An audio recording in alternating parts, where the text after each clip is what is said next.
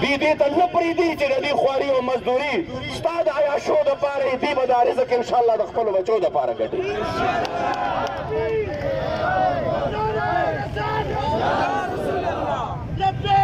لبيك لبيك يا رسول الله لبيك لبيك لبيك يا رسول الله لبيك لبيك لبيك يا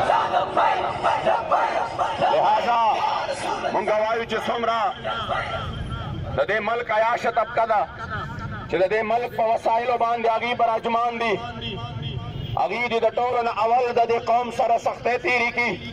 قوم نور ستاسو ظلم نشي برداشت کولی، قوم کې نور سکت نشته ستاسو د ظلم د برداشت کولو.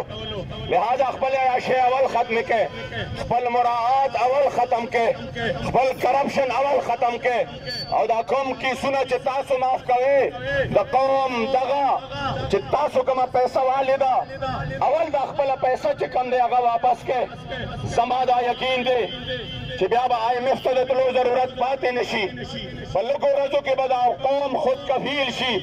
خو که ته دلته صرف او صرف د غریب د سرمنې نه راوباسې نو دا غریب دې ته مه مجبوره وه چې هغه دې روډ ته راوځي او دا ټول قانون په خپل لاس کې والي او تا سره د سریلنکا غوندې کار وکړي چې تاسو د خپلو ایوانونو نه ګریوانونه هم دنه چې کوم دی وشلئ او بهر هم راولي، د هغې نه وړاندې چې د دې د صبر پیمانه لبریز شي. لہذا داسې اقدامات وکړئ چې هغې باندې دا قوم مطمئن شي.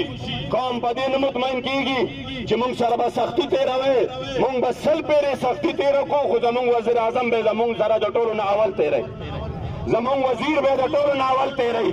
تاسو بېشماره مشران چې ساتلي دي، تاسو بېشماره فالتو وزیران چې ساتلي دي، د هغې خمیازه ولې په قوم باندې ورچوئ؟ د هغې دپاره ستاسو دا بیروکراسي، ستاسو دا جرنیلان، ستاسو دا مشران، دا د یو چې په کروڑونو روپۍ د هغې مراعات دي، دا مراعات ولې نه ختموئ؟ لہذا تحریک لبیک پرزور مطالبه ده چې دا نظام بدل کړئ. دې نظام کې د دې عوامو دپاره هېڅ هم نشته علاوه د ذلت نه.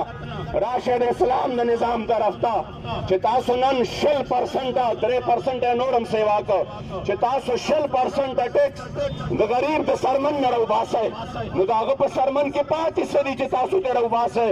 اسلام نظام طرف ته راشئ چې 60% نه اخلي، صرف 2.5% اخلي، هغه هم د زکات په صورت کې علي، غریب نه علي، مالدار نه علي، ورځ په ورځ هم نه علي.